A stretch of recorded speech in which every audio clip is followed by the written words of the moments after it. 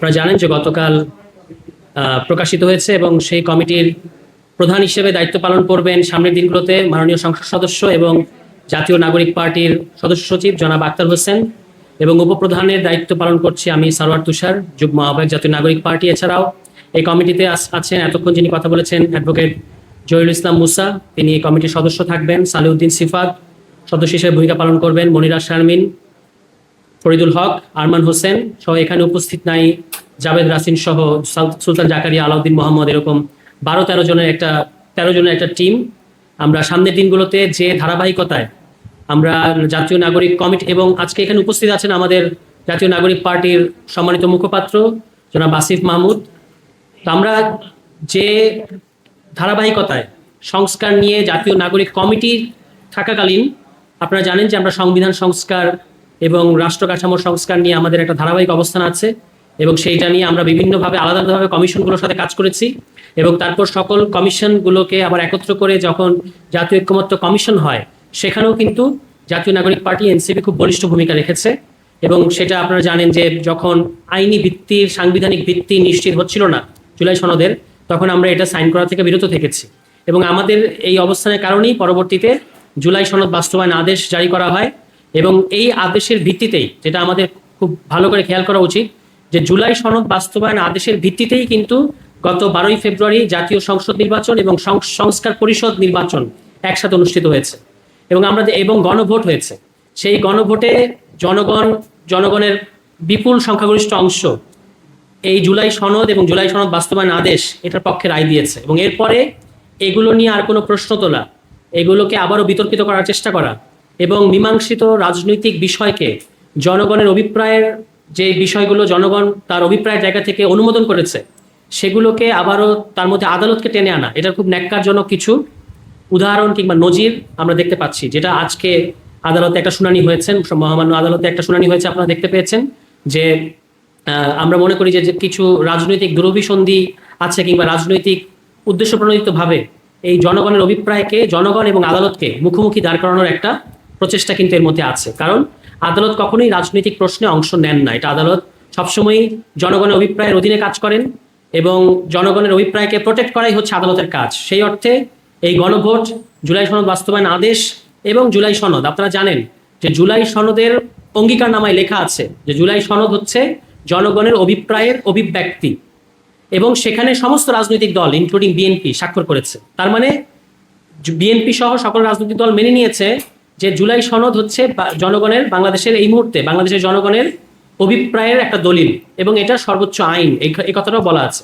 কাজেই আদালতের কাজ হচ্ছে, আদালত কিন্তু এই জনগণের যেটা অভিপ্রায় সেটাকে প্রোটেক্ট করবেন, এটাই আদালতের কাজ। কিন্তু আমরা দেখতে পাচ্ছি রাজনৈতিক উদ্দেশ্য প্রণোদিতভাবে আদালতকে জনগণের মুখোমুখি দাঁড় করানোর একটা প্রচেষ্টা আজকে আমরা দেখতে পেলাম, যে গণভোট, জুলাই সনদ বাস্তবায়ন আদেশ, জুলাই সনদ ইত্যাদিকে যে প্রশ্ন করার একটা আমরা অ্যাটেম্প্ট দেখলাম। এই অ্যাটেম্প্টটা প্রমাণ করে যে আসলে এখনো পর্যন্ত জনগণের যে রায়, সে রায়কে অগ্রাহ্য করার একটা প্রচেষ্টা লক্ষণীয়। অথচ সমস্ত রাজনৈতিক দল, বিএনপি সহ সকল রাজনৈতিক দল দীর্ঘ সময় জাতীয় ঐক্যমত্য কমিশনে বসে জুলাই সনদ প্রণয়ন করেছে, বিএনপি সেখানে স্বাক্ষর করেছে, এবং তারপরে সেটা কিভাবে বাস্তবায়ন হবে সেটা নিয়েও আমাদের লম্বা আলোচনা হয়েছে। এবং তার মধ্যে থেকে বিএনপির সহ জাতীয় নাগরিক পার্টি, এনসিপি, জামায়াত ইসলামী সকলের ঐক্যমত্যের ভিত্তিতেই কিন্তু সংবিধান সংস্কার পরিষদ এবং জাতীয় নির্বাচন এটা যে একসাথে হবে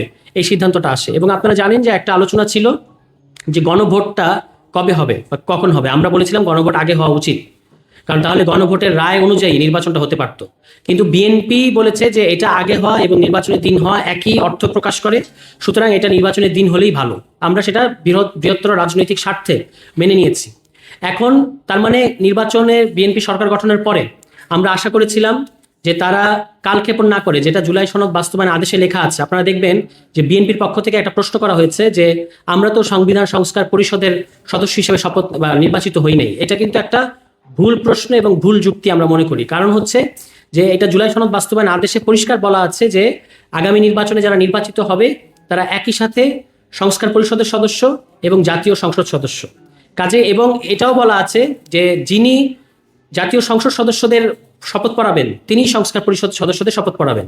আবার এই একই জুলাই সনদ বাস্তবায়ন আদেশকে গণভোটে জনগণ অনুমোদন করেছে। আপনারা গণভোটের প্রথম প্রশ্নটা যদি দেখেন, সেখানে পরিষ্কারভাবে বাংলাদেশের জনগণ জুলাই সনদ বাস্তবায়ন আদেশকে কিন্তু অ্যাপ্রুভ করেছে। ফলে এই জিনিসগুলো নিয়ে, যেগুলো মীমাংসিত রাজনৈতিক প্রশ্ন এবং পিপলস উইল, যেটা জনগণের গণ অভ্যুত্থানের মধ্য দিয়ে প্রকাশিত জনগণের সার্বভৌম ক্ষমতার একটা প্রয়োগ আমরা গণভোটে দেখতে পেয়েছি, এটাকে এখন আবার জল ঘোলা করা কিংবা এই জিনিসগুলো আদালতে কাউকে না কাউকে পাঠিয়ে এই ব্যাপারগুলো বিচারাধীন আছে, সুতরাং আমরা সংসদ কার্যক্রম এগিয়ে নেব, কিন্তু আমরা জুলাই সনদ বাস্তবায়ন করব না, গণভোটের রায় বাস্তবায়ন করব না, এরকম দুরভিসন্ধি যদি কারো থাকে, তাহলে এটা আসলে তাদের নিজস্ব যে আইনি বৈধতা এবং নৈতিক বৈধতা সেটাকে প্রশ্নবিদ্ধ করবে। কারণ আপনারা জানেন যে জুলাই সনদ বাস্তবায়ন আদেশের ভিত্তিতে শুধু গণভোট হয় নাই, জুলাই সনদ বাস্তবায়ন আদেশের ভিত্তিতে শুধু সংস্কার পরিষদের নির্বাচন হয় নাই, জুলাই সনদ বাস্তবায়ন আদেশের ভিত্তিতেই কিন্তু জাতীয় সংসদ নির্বাচন হয়েছে। কাজে জুলাই সনদ বাস্তবায়ন আদেশকে যদি অবৈধ ইত্যাদি বলার কারো বা দেখানোর কারো চেষ্টা থাকে, এটা কিন্তু প্রকারান্তরে এই নির্বাচনের বৈধতাকে প্রশ্নবিদ্ধ করবে।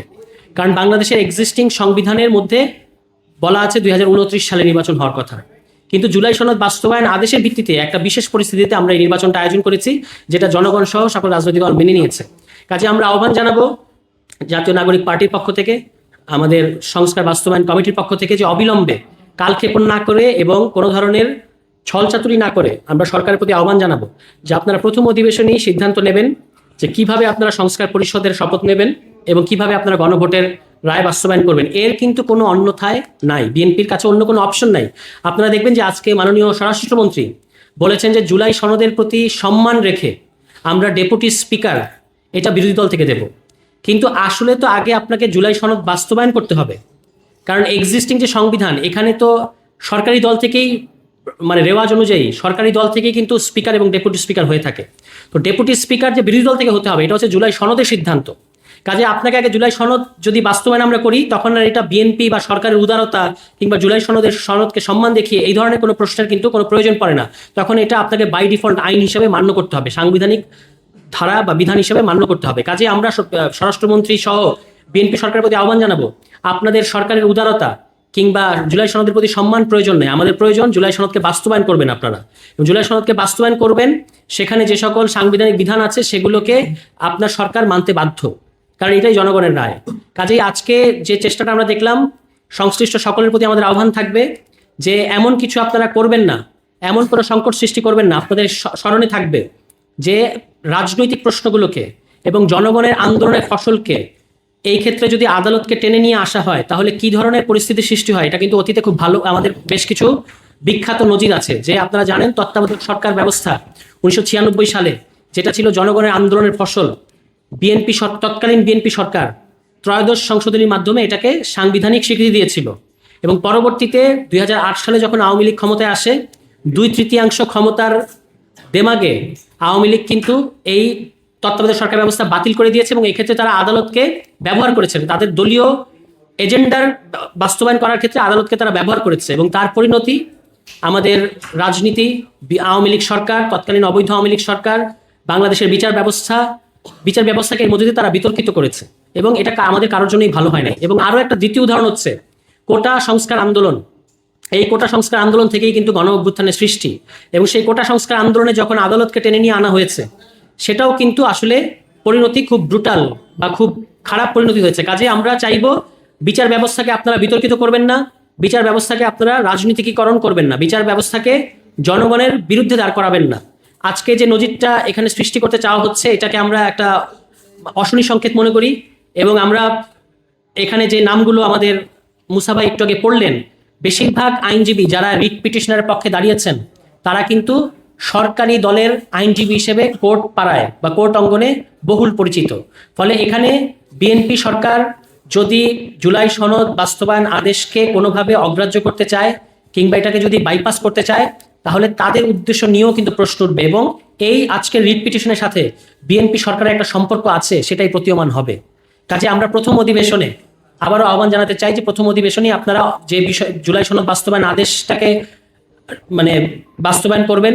এবং দ্বিতীয় যে বিষয়টা হচ্ছে আপনার সংবিধান সংস্কার পরিষদের যে শপথ, এই শপথটাও আপনারা কালক্ষেপণ না করে নেবেন এবং তার মধ্য দিয়ে যে রাজনৈতিক সংকট সৃষ্টি যেন না হয় সেই উদাহরণ আপনারা সেট করবেন। কারণ আমরা মাননীয় প্রধানমন্ত্রী বিভিন্ন ধরনের উদার পদক্ষেপ দেখতে পাচ্ছি, এগুলো যে স্রেফ রাজনৈতিক চমক সৃষ্টি করার জন্য না, এটা যে তাদের আন্তরিক রাজনৈতিক অবস্থান, এটা প্রমাণ করতে হলে বাংলাদেশে এই মুহূর্তে সবচেয়ে বড় রাজনৈতিক প্রশ্ন জুলাই সনদ বাস্তবায়ন আদেশ, গণভোট এবং জুলাই সনদ, এগুলোকে বাস্তবায়ন করার দিকে যদি সরকার যায়, জনগণের বিরুদ্ধে যদি তারা জনগণের ম্যান্ডেটকে যদি অগ্রাহ্য করতে না চায়, তাহলে আমরা বুঝবো যে তাদের এই সংস্কার প্রশ্নে আন্তরিকতা আছে। অন্যথায় এটা কিন্তু একটা গভীর রাজনৈতিক সংকট তৈরি করবে এবং সেই ক্ষেত্রে সরকারকে দায় নিতে হবে। সবাই ভালো থাকবেন, সবাইকে শুভেচ্ছা। এবং এই মুহূর্তে কথা বলবেন আমাদের জাতীয় নাগরিক পার্টির সম্মানিত